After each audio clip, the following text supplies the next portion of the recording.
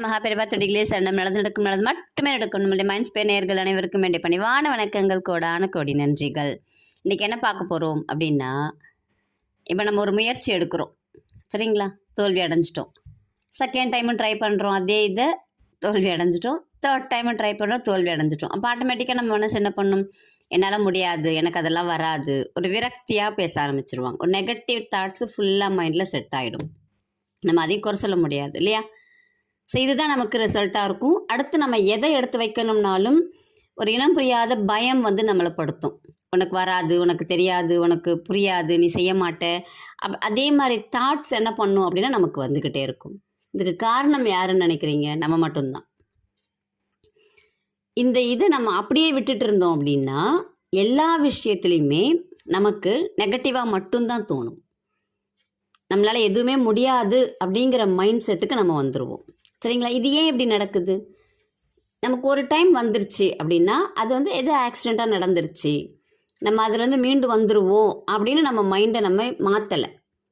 நம்ம அடுத்த கால் எடுத்து வைக்கும்போது நமக்கு என்ன தோணுது அப்படின்னா, நம்ம ஏமாந்துருவோமோ, நமக்கு நடக்காதோ, நம்ம செய்கிறது எதுவுமே நமக்கு சக்ஸஸ் ஆகாதோ அப்படிங்கிற ஒரு தாட் நம்மக்கிட்ட வந்துடுது. நம்ம ஆழ் மனசில், நம்மளுடைய சப்கான்ஷியஸ் மைண்டில் ரெஜிஸ்டர் பண்ணிடுறோம். அப்போ அது என்ன பண்ணுன்னா திரும்ப திரும்ப அதே தான் எடுத்துகிட்டு வந்து உங்ககிட்ட கொடுக்கும். அப்போது நம்ம அதுலேருந்து வெளியில் வரவே முடியாது. அப்போ இதுலேருந்து எப்படி நம்ம வெளியில் வர்றது? நம்ம ஜெயிச்சாகணும், நம்ம ஜெயிக்கணும் அப்படின்னா நம்ம என்ன பண்ணணும்? உங்களுக்கு அந்த தாட் வருது இல்லைங்களா? இப்போ நீங்கள் ஒரு ஒர்க்கை செய்யணும்னு நினைக்கிறீங்க, நினச்ச அடுத்த செகண்ட் என்ன பண்ணுறீங்க அப்படின்னா உங்கள் மனசுலேருந்து ஒரு தாட் வருது, உன்னால் செய்ய முடியாது, நீ செய்யாத, நீ இறங்காத, அது நஷ்டமாகும், அது ஜெயிக்காது, இப்படி தான் வரும். இப்படி வரும்போது உடனே என்ன பண்ணணும்னா நம்ம செல்ஃப் டாக் பண்ண ஆரம்பிக்கணும். உன்னால் முடியாதுன்னு அதை சொல்லும்போது நீங்கள் என்ன செய்யணுன்னா, இல்லை என்னால் முடியும், என்னால் முடியும், I can I can I can அப்படின்னு நீங்கள் ஒரு கண்டினியூஸாக நீங்கள் உங்களால் எவ்வளோ தூரம் சொல்ல முடியுமோ ஒரு 5 minutes கண்டினியூஸாக I can I can I can I can I can சொல்லிக்கிட்டே இருந்தீங்கன்னா கண்டிப்பாக உங்கள் மைண்டில் என்ன பண்ண ஆரம்பிக்கும் அப்படின்னா, இவன் என்ன திரும்ப மாற்றி மாற்றி சொல்லிகிட்டே இருக்கான் அப்படின்னு யோசிக்க ஆரம்பிக்கும் உங்கள் சப்கான்ஷியஸ் மைண்ட்.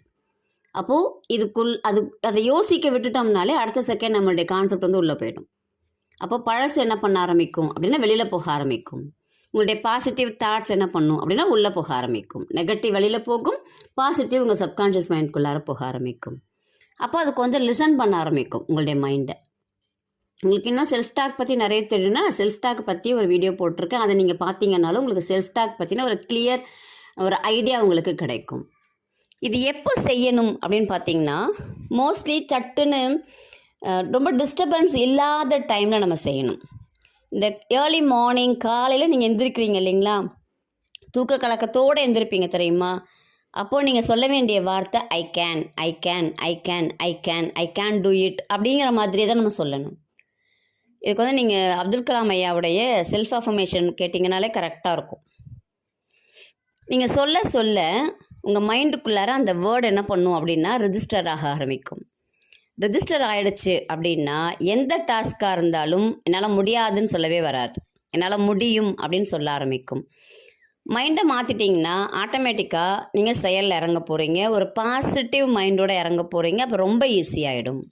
சரி, இது எவ்வளோ நாள் நான் சொன்னாக்கா மாறும்? அடுத்த கொஷின் நமக்கு அதான் வரும் இல்லைங்களா? ஒரு 21 days நீங்கள் கம்பல்சரியாக சொல்லி பாருங்கள், உங்களுடைய ஃபெயிலியர்ஸ் எல்லாமே சக்ஸஸ் அப்படிங்கிற இதுக்கு மாறிடும். எந்த ஒரு ஒர்க்காக இருக்கட்டும், அந்த கன்சிஸ்டன்சிங்கிறது ரொம்ப முக்கியம். நான் 2 நாள் சொல்லிட்டு 2 நாள் விட்டுடுறேன் அப்படின்னா கண்டிப்பாக திரும்ப என்ன பண்ணணும்னா பழைய கொடி காத்தடிங்கிற மாதிரி நம்ம ஒரு ப்ராவப் சொல்லுவோம் இல்லைங்களா, அந்த மாதிரி திரும்ப மாறி போயிடும் மைண்டு.